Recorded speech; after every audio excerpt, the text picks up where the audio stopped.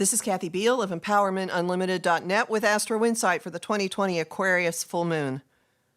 The full moon takes place on August 3rd, 2020 at 8:58 a.m. Pacific Daylight Time, 11:58 p.m. Eastern Daylight Time, 3:58 p.m. Greenwich Mean Time, at 11 degrees Leo, 45 minutes, 11 degrees Aquarius, 45 minutes. There's only so long a person can keep on keeping on. We're reaching that point, personally and collectively. The end of the line is here in many a saga, at least in terms of our emotional participation in it. Switches are flipping. Lightning flashes are unlocking our hearts and tilting our point of view.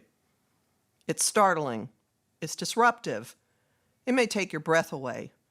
It may leave stars circling around your dazed head as in a mid-century cartoon. But when you come to, it'll feel so much freer. Just wait. The process may be more cold and objective than you expect. Thank the Aquarius full moon, which is deputizing each of us as a real-world equivalent to Star Trek: The Next Generation's Commander Data. The sign of Aquarius is seemingly out of sync with the usual full moon experience. After all, a full moon is an emotional culmination, a cresting of developments and feelings and so much that has been building in recent weeks. And look at the drama that's been building.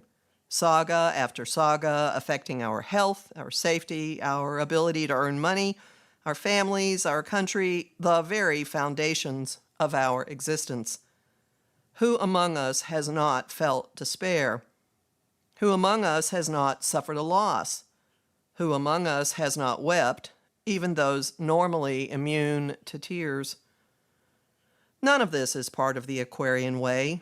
The sign is intellectual, detached, objective, able to step out of situations and view them from a great distance. Not just able to, most comfortable with that approach, to be honest.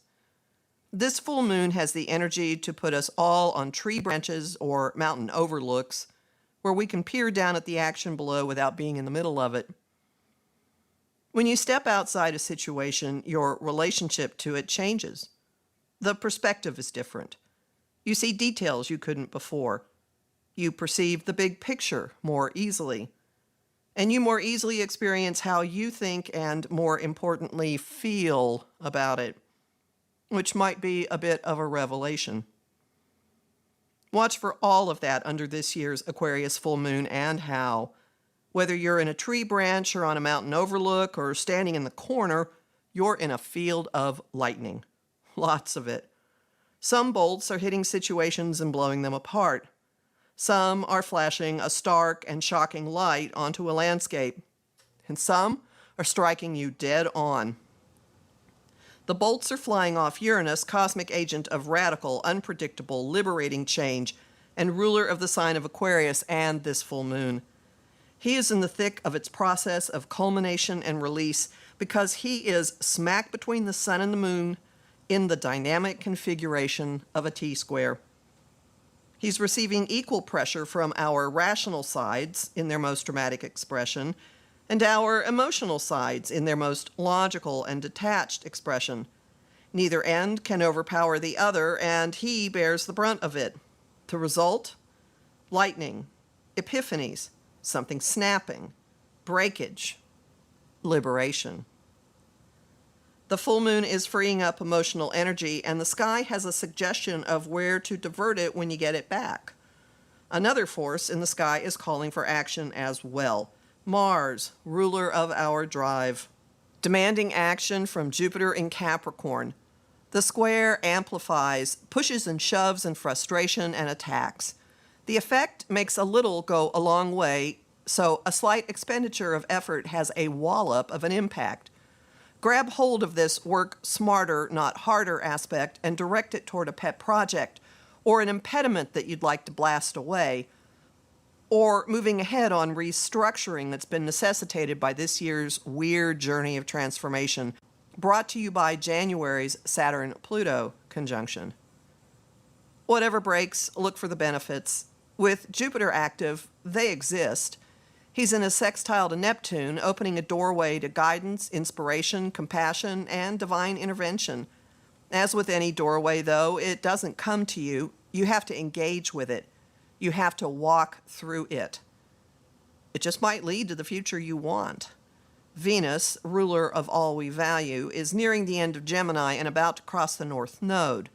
It bears the sign this way to the future, pointing the way to where we are heading individually and collectively.